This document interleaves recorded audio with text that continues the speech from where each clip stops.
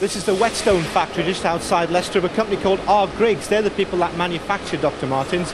This is one of 4 plants that they have around the country. Now, it might look at the moment like complete chaos down there, but in actual fact, they're all in tightly knit, very organised groups, and everyone at the moment, as you can probably see, is working absolutely flat out. And no wonder, because when they finish this week's production target, they can all knock off and go home. Dr. Martens boots! Dr. Martens, Dr. Martens, Dr. Martens boots! Dr. Martens, Dr. Martens, Dr. Martens boots! Dr. Martens gives boots to the world so that everybody could be free. They're classless, matchless, you could just walk through from retail below. They're a fashion icon and a brand recognised all over the world. But even a famous name like Dr. Martens has to fight to stay competitive. The British shoe industry has lost tens of thousands of jobs because of cheap competition from abroad. Making production as efficient as possible is paramount. At Dr. Martens, they've introduced a radical new system.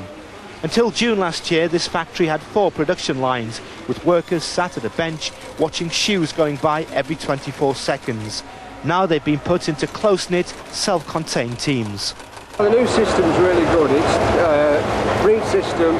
We end up with a shorter working week. We finish Thursday nights on most weeks now. We have a longer weekend. We also got really good teamwork now. The teamwork's really good. Each cell goes through the entire manufacturing process, ending up with the finished shoe.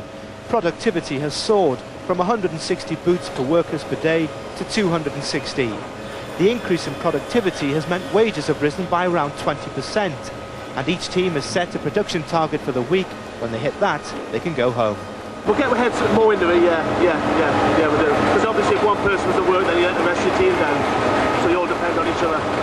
Wages have gone up as well? Yeah, wages are up and hours are down. We normally finish Thursday night or very early Friday morning. It's a lot better. But it hasn't all been good news for workers. The increase in production has meant the company has been able to shed around 300 jobs and still make the same number of shoes. And a factory at Shepton Mallet in Somerset has closed because of a slump in the American market. Well, David Hampson is the director who introduced this new system. So, David, just tell me, what's the thinking behind the way you work now compared with the way that you used to work? The system that we had previously was very regimented, gave the workforce little scope to use their imagination, and we've now given them a system where they're self-managed teams. They work to targets that we set for them. Once they've achieved that target, they can leave. In the process of that, we've achieved a multi-skilled workforce that are achieving productivity levels never before achieved in the history of this company. Now, I can see what's in it for the workers. They all get more wages and they go home early, but as a management, what do you get from it? Because of the increases in productivity, we've seen our standard cost per pair fall quite substantially.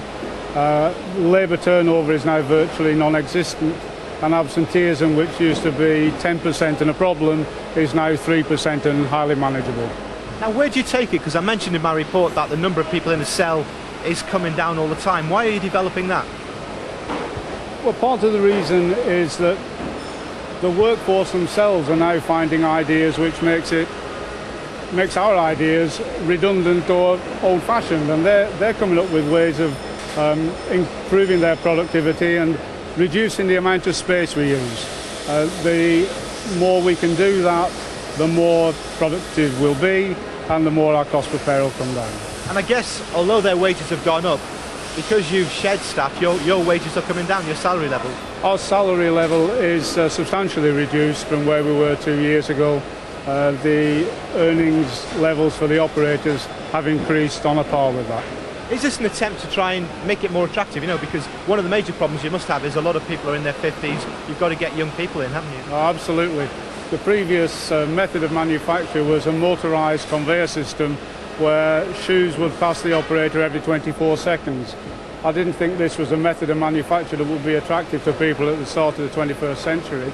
And by creating teamwork and minimising staff involvement, for example, this whole factory is run with only 4 members of staff, we've created jobs, I believe, which are stimulating to the workforce as well as giving them the opportunity to earn a good standard of living. Now, you face this relentless competition from imports and exporting abroad, much cheaper products. Do you think this is a way for British shoe manufacturers like yourself to compete? What we've done here, various other shoe manufacturers have already done. It's very much a case of horses for courses, and for our type of product and our order mix, this works very well for us. Other manufacturers will have to choose which is best for them. But I think if we are to remain a viable industry, then involving the workforce in everything that we do is paramount. Okay, David, thanks very much. Well, it's been absolutely fascinating to see the revolutionary changes that have been going on at a very famous old product.